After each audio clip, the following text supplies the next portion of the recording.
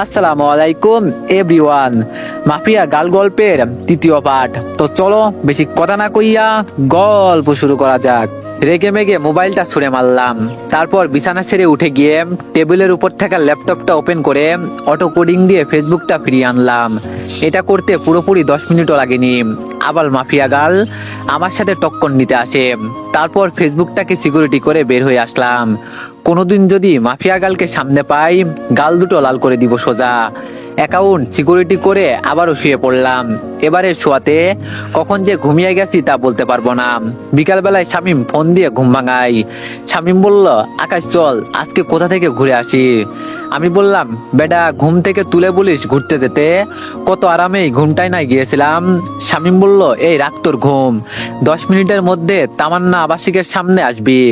আমি বললাম, সারা গরু ঘুমটাই মাটি করে দিয়েছিস পুরো। ওকে দাঁড়া আসছি। তারপর ফোন রেখে দিয়ে গায়ে শার্ট লাগিয়ে নিলাম, তারপর জায়গা মতো চলে গেলাম। সেখানে গিয়ে দেখি শামীম আগ থেকেই হাজির। শামীম বলল, বাহ মহারাজ এসেছেন। আমি বললাম, ধুর বেডা, শান্তির ঘুম শেষ করলি আমার। সুমন বলল, হ্যাঁ তোমার শান্তির ঘুমই খালি নষ্ট করে মানুষ। বেলা বাজে কয়টা আর তুমি পড়ে পড়ে ঘুমাও। আমি বললাম, গরু দামড়া পাঠা, বউ জুটবে না তোর। শামীম বলল, ওকে না জুটলে নাই, চল এখন ঘুরে আসি। আমি বললাম, ওকে চল। তারপর দুইজন মিলে ঘুরতে চলে গেলাম। অনেক রাত পর্যন্ত দুইজন মিলে ঘোরাঘুরি করেছি, রেস্টুরেন্টেও খেয়েছি। সমস্ত বিল শামীম দিয়েছে। রাত বাজে 10টা। ঘোরাঘুরি শেষ করে দুজন দুজনের বাসায় চলে আসলাম। বাসায় এসে হাত মুখ দিয়ে ফ্রেশ হয়ে শুয়ে পড়লাম। শরীর অনেক ক্লান্ত, তাই শুতেই ঘুমিয়ে গেছি। সকালবেলায় ঘুম থেকে উঠে রেডি হয়ে কলেজে চলে গেলাম। কলেজে গিয়ে দেখি গেটের মধ্যে রামিসা দাঁড়িয়ে আছে। সে আমাকে দেখতে পেয়ে বলল, যাক ভালোই হয়েছে, চলেন আপনার সাথে আমার কিছু কথা আছে। আমি বললাম, বাহ, আর সূর্য কোন দিক দিয়ে উঠেছে, আচ্ছা চলো। দুইজন এক পাশে চলে গেলাম। আমি বললাম, হ্যাঁ এবার বলো। রামিসা বলল, আমি আপনার সাথে বন্ধুত্ব করতে চাই। রামিসার কথা শুনে সত্যি মনে হচ্ছে সূর্য আজ উল্টো দিশা ধরে উঠেছে। এই কি হয়েছে বলো তো, তুমি আজ নিজ থেকে আমার সাথে ফ্রেন্ডশিপ করতে চাইছো, কারণ কি? তুমি তো পড়ার বিষয় ছাড়া কোনো কিছু নিয়ে কথা বলতে বারণ করছো। রামিসা বলল, দেখুন আসলে আমার জীবনে অনেক বড় একটা ধাক্কা খেয়েছি আমি, তাই কাউকেই বিশ্বাস করতে পারি না আমি। অনেক ভয় হয় আমার, কিন্তু আপনাকে আমার অনেক বিশ্বাস হয়, তাই আমি আপনার সাথে বন্ধুত্ব করতে চাই। আমি বললাম, কি নিয়ে ধাক্কা খেয়েছো? রামিসা বলল, তা না হয় পরে কোনো একদিন বলবো নি, এখন কি বন্ধুত্ব করবেন আমার সাথে? আমি বললাম, আচ্ছা। রামিসা বলল, আচ্ছা মানে কি ধরে নিব আমি বন্ধুত্ব করেছেন? আমি বললাম, হ্যাঁ, কিন্তু তাহলে তুমি আমায় আপনি বলতে পারবেন না, তুমি করে বলতে হবে। রামিসা বলল, ওকে আপনি বলবো না, তুমি করেই বলবো। রামিসার সাথে বন্ধুত্ব হয়ে কি যে খুশি লাগছে তা বলে বোঝাতে পারবো না, কারণ ভালোবাসার প্রথম ধাপ বন্ধুত্ব। রামিসার সাথে আমার সেটাই হয়েছে। এর মাঝে কয়েকটা দিন কেটে গেছে। ধীরে ধীরে দুজনের বন্ধুত্ব আরো গভীর হয়ে গেল। দুজন দুজনের অনেকটা ক্লোজে চলে এসেছি। সে আমার সাথে বন্ধুত্ব মতোই আচরণ করে, কিন্তু আমার আচরণে তাকে যে আমি ভালোবাসি সেটা তাকে বোঝানোর ট্রাই করি। তবে সবকিছুর ভিতরে মাফিয়া গাল আমার মন থেকে সরেনি। তাকে এখনো খোঁজ করে বেড়াচ্ছি আমি, কিন্তু কোনো খোঁজ এখনো পাইনি। তবে রামিসাকে আমার কিছুটা সন্দেহ হয়, কারণ তার হাতের কালো দাগটা মাফিয়া গালের সাথে মিল। কিন্তু তাকে কখনো আমি কিছু জিজ্ঞেস করিনি, কারণ সে যদি না হয় পরে আমাকে বিপদে পড়তে হবে। তবে যেই দিন সত্যি মাফিয়া গালের খোঁজ পাবো সেই দিন তাকে ধরবো। সেটা যদি রামিসাও হয় তাহলেও তাকে ধরবো। এভাবেই দিন কাটতে থাকে। একদিন সকালবেলা ঘুম থেকে উঠে কলেজে যাওয়ার জন্য ফ্রেশ হচ্ছি। ব্রাশ হাতে নিয়ে ওয়াশরুমে দাঁড়িয়ে দাঁড়িয়ে হেলান দিয়ে দাঁত ব্রাশ করছি। হঠাৎই ওয়াশরুমের আয়নায় কিছু একটা চোখ পড়লো। ভালো করে লক্ষ্য করে দেখলাম আমার পিছনে বড় বড় মাস্ক পরে কেউ একজন দাঁড়িয়ে আছে। মাস্ক আর চেহারার আকৃতি দেখে বুঝতে বাকি রইল না যে আমার পিছনে মাফিয়া গাল দাঁড়িয়ে আছে। আজ মাফিয়া গালের শেষ দিন, কিয়ামত ঘটিয়ে দিব মাফিয়া গালের।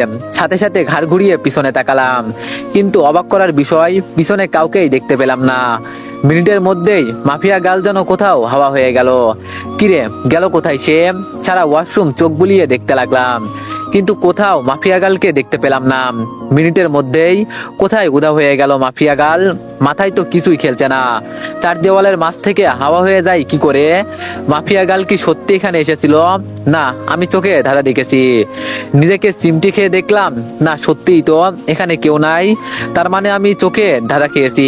উফ আল্লাহ, এই মাফিয়া গালকে যে আমি কি করব তা আমি নিজেও জানি না। খালি সময়ের অপেক্ষায় আছি, সময়টা হোক একবার। তারপর তাড়াতাড়ি ফ্রেশ হয়ে বের হয়ে এলাম ওয়াশরুম থেকে। তারপর নাস্তা করে কলেজের উদ্দেশ্যে রওনা দিলাম। কলেজে পৌঁছে রামিসার সাথে ক্লাসে চলে গেলাম। শামিমাস কেন জানি কলেজে আসেনি। আমি আর রামিসা ক্লাস শেষ করে আড্ডা দিতে বসলাম একটা নির্জন জায়গায়। রামিসা বলল, আচ্ছা আকাশ, তোমায় একটা কথা বলি আমি। আমি বললাম, হ্যাঁ বলো। রামিসা বলল, আচ্ছা কোনোদিন যদি আমার সম্পর্কে এমন কোনো কিছু শোনো তুমি, যেটা তুমি কোনোদিনই আমার থেকে এক্সপেক্ট করনি, তখন কি করবে? আমি বললাম, মানে কি বুঝলাম না। রামিসা বলল, আরে তেমন কিছু না, এমনি বলো যে তখন তোমার রিয়াকশন কেমন হবে। আমি বললাম, অবাক করার কোনো কিছু শুনলে তো অবাকই হব, কিন্তু কি শুনবো সেটা তো বলো। রামিসা বলল, আরে বললাম তো তেমন কিছু না, এমনি মনে হলো কথাটা মনের মধ্যে, তাই জিজ্ঞেস করলাম। আমি বললাম, রামিসা তোমায় একটা কথা বলি, প্লিজ আমার থেকে কখনো কোনো কথা লুকিও না তুমি, কারণ তুমি জানো না যে তোমার জন্য আমার মনে কতটুকু জায়গা রয়েছে। রামিসা বলল, না লুকাবো না কোনো কথা। আমি বললাম, আচ্ছা রামিসা, আরেকটা কথা, আমি চাই তুমি আমার সাথে সারা জীবন থাকো। রামিসা বলল, সারা জীবন কি করে থাকবো? আজ না হয় একই সাথে পড়ি, দেখে এতটা মিল মহব্বত, কিন্তু একদিন না একদিন তো ছেড়ে যেতেই হবে। রামিসার কথা শুনে কলিজাটা মোচড় দিয়ে উঠল। আমি যেন কথাটা শোনার জন্য প্রস্তুত ছিলাম না। না, যত যাই হোক, রামিসা আমায় ছেড়ে যেতে পারে না। আমি আমার জীবনের বিনিময় হলেও তাকে আটকে রাখবো আমার কাছে। খপ করে রামিসার হাত চেপে ধরলাম। রামিসা বলল, এই আকাশ কি করছো কি? আমি বললাম, রামিসা না, তুমি আমায় ছেড়ে কখনো কোথাও যাবে না।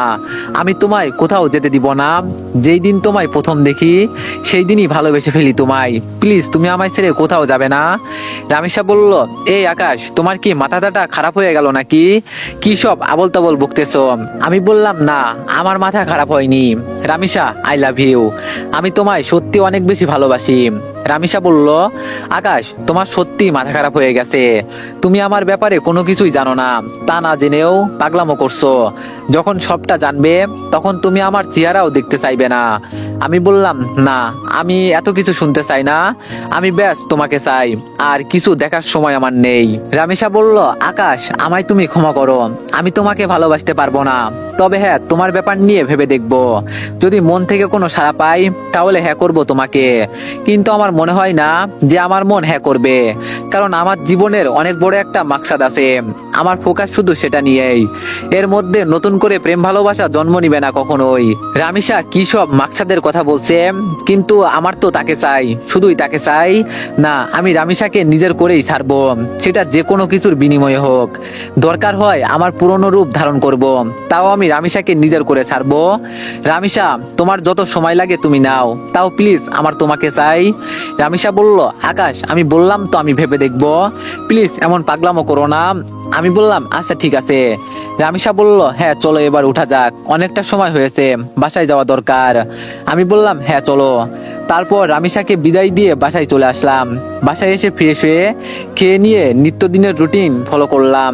শুয়ে শুয়ে কিছুটা সময় ফেসবুকিং করব, তারপর ঘুমিয়ে পড়বো। আজকেও একটা অবাক করা কাণ্ড ঘটলো। ফেসবুকে ঢোকার সাথে সাথে আজকেও মাফিয়া গাল আমার ফেসবুক অ্যাকাউন্ট হ্যাক করার চেষ্টা করেছে, কিন্তু করতে পারিনি, কারণ আমি টাইট সিকিউরিটি করে রেখেছি। কারোর বাপের সাধ্য নাই যে আমার অ্যাকাউন্ট হ্যাক করবে। তৎক্ষণাৎ একটা মেইল আসলো মাফিয়া গাল নামক একটা ব্ল্যাক জিমেল থেকে। নিজেকে অনেক বড় কিছু ভাবিস তুই, আমিও দেখবো তুই কতদিন নিজেকে গুটিয়ে রাখতে পারিস। মেইলটা দেখে চরম লেভেলের মেজাজ খারাপ হয়ে গেল। ইচ্ছে করছে মাফিয়া গালকে ধরে এনে কানের নিচে কয়েকটা লাগিয়ে দিই, কিন্তু তাকে পাবো কোথায়? তার কোনো ইনফরমেশনই তো আমার কাছে নেই। এইদিকে রাগের মাত্রা আরো দ্বিগুণ হয়ে গেল। দাঁড়া, আজ তোর 12টা বাজাচ্ছি, এমন গালি দিব তোকে তুই নিজে এসে আমার কাছে ধরা দিবি। মাফিয়া গালে সেই জিমেলটাতে ক্লিক করলাম। জিমেলটাতে ক্লিক করতেই সেটা উধাও হয়ে গেল। ইরোর দেখাচ্ছে জিমেলটাতে ক্লিক করার পর আমার বুঝতে বাকি নেই যে আমায় ব্ল্যাক জিমেল থেকে মেইল করেছে, যেটা মিনিট কয়েকের মধ্যে ইরর হয়ে যায়। এটা দেখে আরো রাগ উঠে গেল। এবার আর নিজেকে কন্ট্রোল করে রাখতে পারলাম না, সাথে সাথে নিলয়কে ফোন দিলাম। নিলয় বলল, হ্যাঁ ভাই বলেন। আমি বললাম, কাল সকালের আগে মাফিয়া গালের ডিটেলস এনে দিবি আমায়। নিলয় বলল, ভাই এই কাজটা আমার দ্বারা হবে কিনা জানি না, তবে আমি আমার সবটা দিয়ে ট্রাই করব। আমি বললাম, আমি পারিনি এই শব্দটা শুনতে চাই না, আমার মাফিয়া গালের ডিটেলস চাই, ওর রক্ত চুষবো আমি। তারপর ফোন রেখে দিলাম। মাফিয়া গাল এবার পালিয়ে যাবি কোথায় সেটা আমিও দেখব। তারপর সারা শরীর ভরা রাগ নিয়ে ঘুমিয়ে পড়লাম। বিকাল বেলায় ঘুম থেকে উঠে ফ্রেশ হয়ে কাকুর দোকানে চলে এলাম। কাকুর দোকানে বসে চা খাচ্ছি। তখনই পাশের কয়েকজন মানুষ বসে আলোচনা করছিল, আজ মাফিয়া গাল নাকি আবার লাইভে এসেছিল। লাইভে এসে শহরের নাম করা পলিটিশিয়ান ওবায়দুলকে নেক্সট টার্গেট বলে ঘোষণা করেছে। শুধু তাই নয়, আজও নাকি সে আগুনকে একটা মেসেজ দিয়েছে, আগুন যদি অতি শীঘ্রই তার সাথে যোগাযোগ না করে তাহলে সে শহরের সব কয়টা দুর্নীতিবাজকে একে একে মেরে ফেলবে। লোকগুলোর মুখ থেকে এইসব শুনে মাথায় তো পুরো বাজ পড়ছে মতো অবস্থা। মাফিয়া গাল লাইভে এসে এত কিছু বলে গেল, অথচ আমি ঘুমিয়ে পুরো দুনিয়াদারি লাঠি উঠিয়ে দিয়েছি। না, এবার তো কোনো হেস্তনেস্ত করতে হবে, কারণ আমার জানা মতে ওবায়দুল তো কোনো খারাপ পলিটিশিয়ান না। তাকে কেন টার্গেট বানিয়েছে সে? আগে যাদের মেরেছে তারা না হয় খারাপ ছিল, কিন্তু ওবায়দুল তো তাদের মতন না। এইসব নিয়ে ভাবছিলাম, তখনই একটা পরিচিত নাম্বার থেকে ফোন এলো। বাবা কেমন আছিস? আমি বললাম, হ্যাঁ মা ভালো, তুমি কেমন আছো? মা বলল, তোকে ছাড়া কি করে ভালো থাকি বল, সেই কবে বাড়ি ছেড়েছিস, আজ কতদিন হলো তোকে দেখি না। আমি বললাম, মা তোমার ছেলে মানুষ হওয়ার জন্য খারাপ মহল ছেড়েছে, তাতে কষ্ট পাওয়ার কি আছে, তোমাদের তো আরো খুশি থাকার কথা। মা বলল, সে যাই হোক না কেন, কিন্তু কোন মা তার সন্তানকে এতদিন না দেখে ভালো থাকতে পারে? আমি বললাম, মা প্লিজ মন খারাপ করিও না, আমি খুব তাড়াতাড়ি বাড়িতে আসবো। মা বলল, বাবা খুব তাড়াতাড়ি না, কালকেই তুই বাড়িতে আয়। আমি বললাম, মা কাল কি করে আসবো বলো, আমার ক্লাস চলছে তো। মা বলল, সেই সব আমি জানি না, তুই কাল বাড়িতে আসবি। আমি বললাম, আম্মু প্লিজ এমন পাগলামো করো না, আমি বললাম তো আমি কয়েকদিনের মধ্যেই বাড়িতে আসবো, তখন তুমি তোমার ছেলেকে মন ভরে দেখে নিও। মা বলল, আচ্ছা ঠিক আছে যা, কিন্তু খুব তাড়াতাড়ি আসবি বলে দিলাম কিন্তু। আমি বললাম, হ্যাঁ মা খুব তাড়াতাড়ি আসবো, এবার রাখি কেমন? মা বলল, আচ্ছা। আম্মুর সাথে কথা বলে ফোন রেখে দিলাম। আজ কতদিন পর মায়ের সাথে কথা বললাম, আল্লাহ ভালো জানে। সেই কবে বাড়ি ছেড়ে এসেছি, এখন অবধি বাড়ি যাইনি। মা আমায় দেখার জন্য কেমন উথাল পাতাল হয়ে আছে। না, কিছুদিনের মধ্যেই একবার বাড়ি যাব আমি, কিন্তু আমি যেই কারণে বাড়ি ছেড়ে এসেছি সেটা এখনো হয়নি। বাসার লোক সবাই জানে আমি নিজের জীবন গোছানোর জন্য বাড়ি ছেড়েছি, কিন্তু এর পিছনেও যে একটা রহস্য লুকিয়ে আছে সেটা কেউ জানে না। তবে হ্যাঁ, আমি সাকসেস হয়েই ছাড়বো। তারপর নিজের বাসায় চলে আসলাম। বাসায় এসে কিছুটা সময় বই নিয়ে ঘাটাঘাটি করে উঠে পড়লাম। কোনো কিছুতেই যেন মন বসছে না, কারণ কখন সকাল হবে আর কখন নিলয় আমাকে মাফিয়া গালের ডিটেলস দিবে, সেই চিন্তায় খালি মাথায় ঘোরাঘুরি করছিল। যাক, কোনো রকমে খেয়ে দিয়ে ঘুমিয়ে পড়লাম রাতে। সকাল হলেই মাফিয়া গালকে সেটা আমি জেনে যাব। সকালবেলায় ঘুম থেকে উঠে মোবাইলটা হাতে নিলাম। ফোন হাতে নিয়েই দেখলাম নিলয় আমায় কয়েকটা ছবি মেইল করেছে। তাড়াতাড়ি মেইলটা ওপেন করলাম। মেইল করা ছবিতে ক্লিক করতেই যা দেখলাম তাতে তো পুরো দুনিয়াদারি চক্কর খেতে লাগলো আমার, কারণ ছবির মানুষটা আমার খুব পরিচিত, যেই মুখটার মুখোমুখি কয়েক হাজার বার হয়েছি আমি নিজের চোখকেই বিশ্বাস করাতে পারছি না। যেই মেয়ে সেই মাফিয়া গাল, যাকে আমি চোখের সামনে কয়েক হাজার বার দেখেছি, যার সাথে আমার চরম লেভেলের উঠা বসা।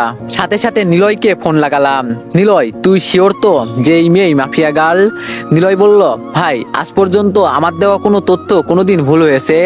আমি বললাম, না হয়নি, কিন্তু এটা কি করে সম্ভব নিলয়? ঈশিতা কি করে এমনটা করতে পারে? ঈশিতা তো আমার কলেজ ফ্রেন্ড ছিল, যার সাথে দীর্ঘ কয়েক বছর কাটিয়েছি আমি। কলেজ লাইফ পুরোটাই তার সাথে কেটেছে আমার, কিন্তু সে পরবর্তীতে এমন ভয়ঙ্কর রূপ নিল কেন? আমার তো নিজের চোখকেই বিশ্বাস করতে অবাক লাগছে। না, হয়তো কোনো ভুল হচ্ছে নিলয় তোর। নিলয় বলল, ভাই আমি 100% সিওরিটি দিয়ে বলতে পারবো এই মেয়েই মাফিয়া গার্ল, আর আমি পুরোপুরি শিওর হয়ে আপনাকে বলেছি। আমি বললাম, ঈশিতা এমন করতে পারে? এটা শুনে মাথাটা পুরো গোলক দাদার মতো ঘুরপাক খাচ্ছে। নিলয় বলল, ভাই আপনার হয়তো বিশ্বাস হচ্ছে না, কারণ সে আপনার সাথে দীর্ঘ কয়েক বছর কাটিয়েছে, কিন্তু সত্যি এটাই যে সে মাফিয়া গার্ল। আমি বললাম, ঠিক আছে, ঈশিতাই যদি মাফিয়া গার্ল হয় তাহলে তার 12টা বাজাচ্ছি আমি। ওর আরো কিছু তথ্য বল, কারণ তার সাথে আমার বছর দুয়েক আগেই সমস্ত যোগাযোগ বিচ্ছিন্ন হয়ে গেছে, কারণ তার বাসা পরিবর্তন করে অন্য কোথাও শিফট হয়ে গিয়েছে। এরপর আর কখনো যোগাযোগ হয়নি। নিলয় বলল, ভাই এরপর আর কোনো তথ্যই আমি পাইনি, কারণ এই মেয়ে সব জায়গা থেকে তার ইনফরমেশন হাতিয়ে নিয়েছে। তার থেকে ভয়ঙ্কর একটা কাণ্ড করেছে সে। আমি বললাম, কি করেছে? নিলয় বলল, ভাই এই মেয়ে প্লাস্টিক সার্জারি করে তার আগের চেহারা পরিবর্তন করে ফেলেছে। এই মেয়েকে এখন খুঁজে বের করা ইম্পসিবল আমার মতে, তবে আপনার দ্বারা হয়তো সেটা কষ্টের হবে না। কিন্তু ভাই, মেয়ের মাথা ভয়ঙ্কর চাকুর মতো চলাচল করে। গতকাল আপনি ফোন দেওয়ার পর আমি কম হলেও 50টার উপরে ছেলে লাগিয়েছিলাম মাফিয়া গার্লকে খুঁজে বের করার জন্য, কিন্তু অবশেষে সবাই খালি হাতে ফিরেছে। কিন্তু একজন খালি তার কিছু ছবি কালেক্ট করেছে, তবে বর্তমান সময়ে সে দেখতে কেমন তার কোনো কিছু ছিটে ফোটা বা চিহ্ন খুঁজে পাইনি। আর হ্যাঁ ভাই, একটা কথা, এই মেয়ের নামের মতোই তার কাজকর্মগুলো বেশ ভয়ঙ্কর, কারণ তার ইন্টারনেট ডাটাবেস আমি হ্যাক করে তথ্য বের করতে চেয়েছিলাম, কিন্তু কোনো মতেই সেটা পসিবল হয়নি। এই মেয়ে হ্যাকিং এরও মাস্টার। আমি নিলয়ের মুখ থেকে ঈশিতার এইরূপ কর্মকাণ্ডের কথা শুনে এবার আর জায়গায় স্থির থাকতে পারলাম না। নিলয় কি বললো ঈশিতার সম্পর্কে এগুলো? যেই মেয়ে কলেজ লাইফে থাকতে এতটা সাদাসিধা ছিল, তার মধ্যে কয়েক বছরের ব্যবধানে এতটা হিংস্রতা কি করে আসতে পারে? মাথায় তো কিছুই খেলছে না। আচ্ছা নিলয়, আমি ফোন রাখলাম, পরে কথা হবে তোর সাথে। আর শোন, মাফিয়া গালের খোঁজ চালু রাখিস। নিলয় বলল, আচ্ছা ভাই। নিলয়ের সাথে কথা শেষ করে ঠাই সেই জায়গাটাতেই দাঁড়িয়ে আছি। আমার যেন নিজের কানকে এখনো বিশ্বাস করাতে পারছি না যে ঈশিতাই বর্তমান জগতে সবচাইতে খাতারনাক মাফিয়া, যার ভয়ে বড় বড় নেতারা এখনো আতঙ্কে আছে। আধা ঘন্টা নাগাদ একই জায়গায় দাঁড়িয়ে আছে। ঝাটকাটা মারাত্মক লেভেলের ছিল, তাই হয়তো এখনো ঘোর কেটে উঠতে পারিনি। অনেকটা সময় পর সেন্স ফিরে এলো। না, আমার এখন উতলা হলে চলবে না, আমাকে ঠান্ডা মাথায় কাজ করতে হবে।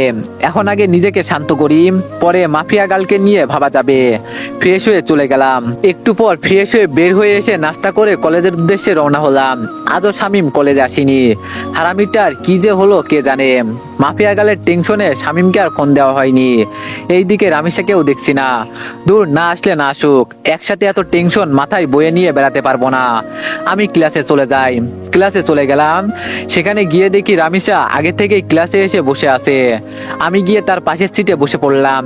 রামিসা বলল, আকাশ কি হয়েছে? তোমাকে এত চিন্তিত দেখাচ্ছে কেন? কিছু হয়েছে কি? আমি বললাম, না তেমন কিছু না। রামিসা বলল, তেমন কিছু না বললে তো আর সব সমাধান হবে না। তোমার চেহারায় স্পষ্ট ফুটে উঠেছে যে তুমি কিছু একটা নিয়ে বেশ চিন্তিত। কি হয়েছে বলো আমায়, নাকি আমার বিষয়টা নিয়ে টেনশন করছো? আমি তো বললামই ভেবে দেখবো, তাও কিসের চিন্তা? হ্যাঁ, আমি বললাম, আরে না রামিসা, সেই সব কিছুই না। আমি এমনি বাসার ব্যাপার নিয়ে কিছুটা ঝামেলায় আছি, তাছাড়া কিছুই না। রামিসা বলল, আরে তুমি টেনশন করিও না, সব ঠিক হয়ে যাবে। রামিসার কথার আর কোনো উত্তর দিলাম না, চুপচাপ বসে আছি। কারণ কি বা বলবো তাকে?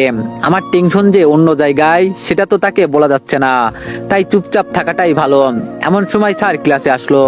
স্যার এসে ক্লাস করাতে শুরু করলো, সেই দিকে ফোকাস করলাম। ক্লাস শেষ করে বাসার দিকে রওনা দিয়েছি।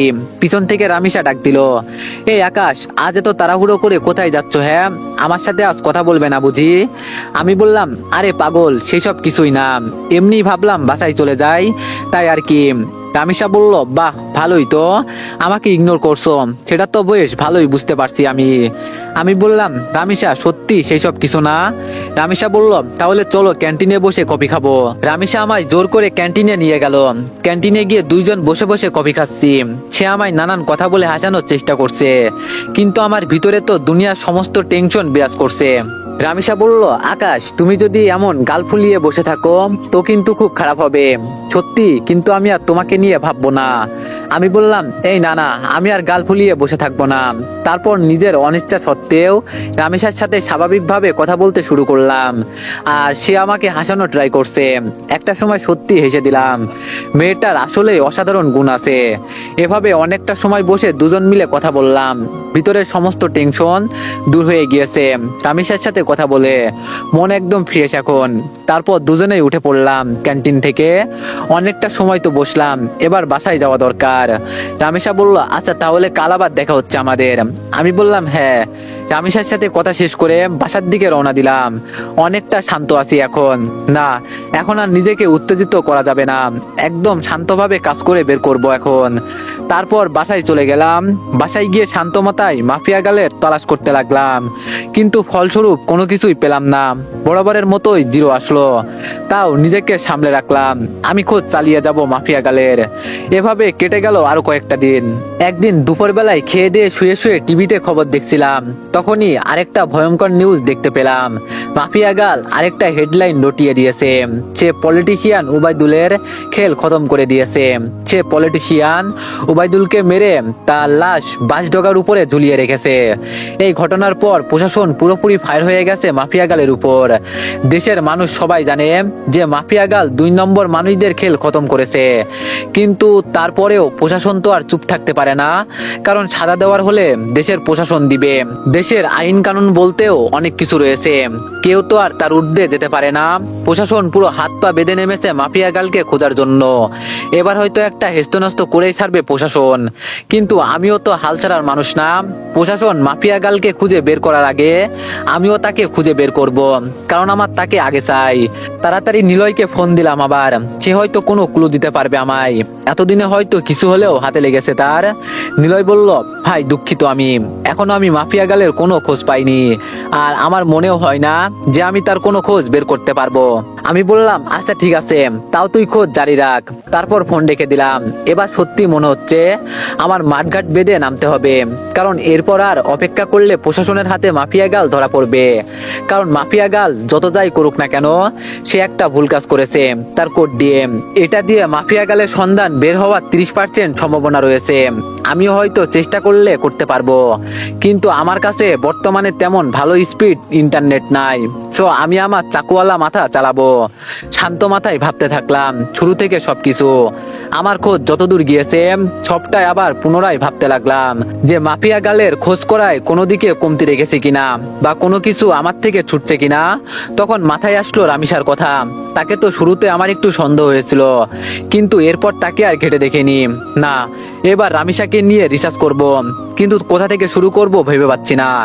এর মধ্যে মাফিয়া গাল আবারও লাইভে আসার ডেট দিল। হ্যাঁ পেয়েছি। এবার মাফিয়া গালের লাইভ করার সময় আমি রামিসার সাথে থাকবো। সে যদি মাফিয়া গাল হয় তাহলে তো তখন সে লাইভ করতে পারবে না, বা আমার সাথে সেই সময় থাকবে, বাহানা দেখাবে। তখন সেটা দেখেই যা বোঝার বুঝে নিব। পরের দিন মাফিয়া গাল আগের টাইমের নাই 3টায় লাইভে আসবে বলেছে। এইদিকে আমি রামিসাকে ফোন দিয়ে বলছি সে যেন আগামীকাল দুপুর 3টায় আমার সাথে দেখা করে, একটা জরুরি কাজ আছে তার সাথে আমার, তাকে বিশেষ কিছু বলার আছে আমার। সে সরাসরি না করে দেয়। রামিসা বলল, না, কাল দুপুর 3টায় আমার একটা বিশেষ কাজ আছে, তখন তোমার সাথে কোনোভাবেই আমি দেখা করতে পারবো না। রামিসার কথা শুনে খটকা লাগলো মনের ভিতর। তার মানে কি আমার ধারণাই ঠিক? রামিসাই সেই ক্রিমিনাল যাকে পুরো দেশের প্রশাসন মিলে বাতি লাগিয়ে খুঁজছে। ও মাই গড, মাফিয়া গাল এতদিন আমার চোখের সামনে ছদ্মবেশ নিয়ে ঘুরছে, অথচ আমি তাকে চিনতেই পারিনি। তো এভরিওয়ান, নেক্সট পার্টের জন্য সবাই একটু বেশি বেশি লাইক আর একটা করে কমেন্ট করে দিয়েন। ধন্যবাদ।